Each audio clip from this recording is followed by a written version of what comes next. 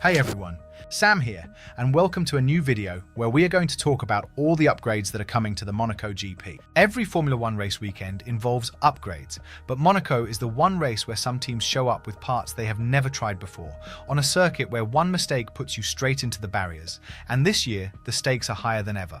When Formula One arrives in Monte Carlo, the normal rules of car development go straight out the window. This isn't a track where you bring a standard upgrade package. This is a track where you bring Monaco specials, parts designed to do one thing: survive the slowest, tightest, and most unforgiving circuit on the calendar. But this year, the upgrade war in Monaco is different from anything we have seen before.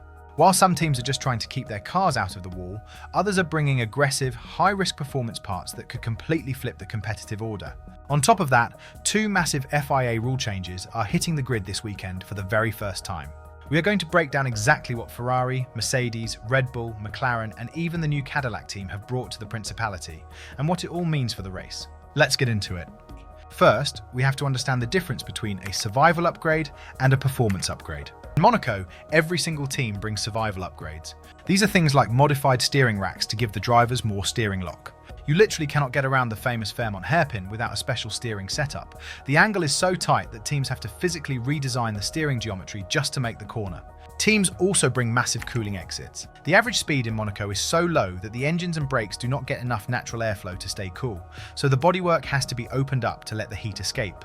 These changes actually make the car slower in a straight line, but they keep the engine from melting and the brakes from catching fire. That is survival. But what we are really interested in are the performance upgrades, the parts designed to find lap time. And this year, there are some very interesting ones. Let's start with Ferrari. The SF26 is already considered the favourite for this weekend because of its incredible mechanical grip and traction out of slow corners. Ferrari's car philosophy is built around generating downforce through the floor and the mechanical connection between the tyres and the road, rather than relying purely on aerodynamic wings. In Monaco, that philosophy is worth a fortune. But Ferrari isn't resting on their laurels. Following their massive 11-part upgrade package in Miami, they have brought specific tweaks to the rear of the car for this weekend. The most interesting detail is a unique hole in the lower bodywork around the diffuser. This might sound like a small thing, but it is a genuinely clever aerodynamic trick. It allows airflow from the outside of the car to feed directly into the diffuser, which helps generate more downforce at very low speeds. They have also adjusted the angle of the internal bulkheads inside the diffuser itself, fine-tuning how the air exits the car at the rear. Ferrari is doubling down on their biggest strength: rear-end grip and stability. If this works as intended, Charles Leclerc will have a car that is glued to the track through the swimming pool chicane and La Rascasse, giving him the confidence to push right to the limit. Then we have Mercedes. The team has won all 5 races so far this season, but Monaco is their biggest test yet. Why? Because they are dealing with 2 massive FIA rule changes this weekend simultaneously: the ban on active aero straight mode and the closing of their engine compression ratio loophole. Both of these changes hit Mercedes harder than any other team, because both were areas where they had a clear advantage. Because of this, Mercedes' upgrades for Monaco are largely focused on adapting to these new restrictions rather than adding pure performance. However, they have made a significant change to their front suspension.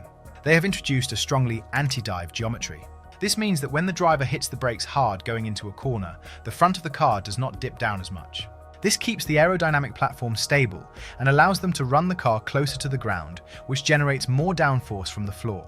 They have also redesigned their cooling exits, making them wider and repositioning them to point downwards, which manages the heat more effectively without disrupting the airflow over the rear wing. It is a defensive upgrade package, but a very intelligent one. The question is whether it is enough to compensate for what they are losing on the engine side. Red Bull is in a fascinating position this weekend. The RB22 has been struggling with ride quality all season long. Max Verstappen has been very vocal about how stiff the car feels over bumps, and Monaco is the bumpiest track on the entire calendar. The streets of Monte Carlo have not been resurfaced in years, and the combination of expansion joints, manhole covers, and painted road markings means the cars are constantly being thrown around. To combat this, Red Bull has focused their upgrades entirely on the suspension. They are running a double pushrod setup, both front and rear, which is designed to give them more control over the ride height across different speed ranges during a lap. But the real challenge is finding the right balance. Soften the suspension too much and you lose the aerodynamic seal under the floor, which destroys your downforce. Keep it too stiff and Verstappen will be fighting the steering wheel just to keep the car out of the barriers. They have also brought specific front brake cooling ducts, as the constant heavy braking in Monaco puts immense strain on the carbon discs.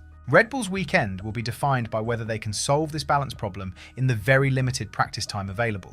In Monaco, teams only get 2 practice sessions before qualifying, which means there is almost no margin for error when it comes to finding the right setup.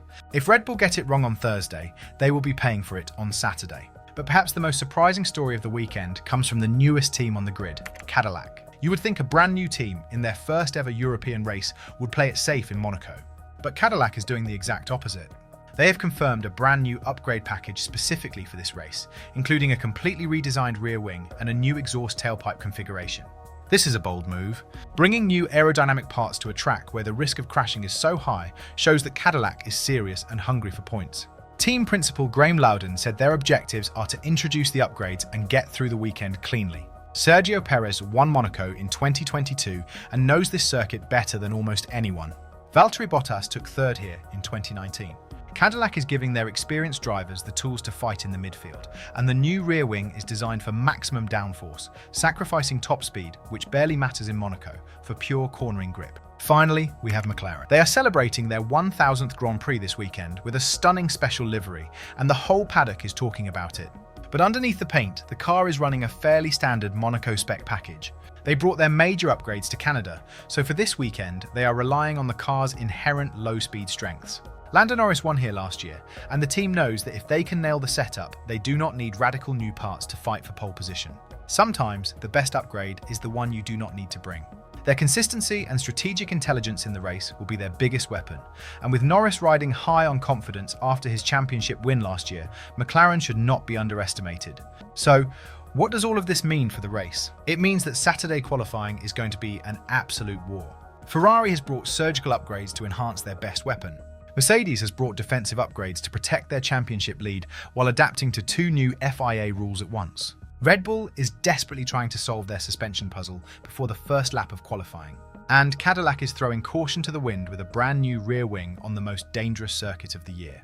In Monaco, you do not need the fastest car. You need the most drivable car. The team that has brought the right upgrades to give their drivers confidence between the walls will be the team that takes pole position. And as we all know, in Monaco, pole position is 90% of the victory.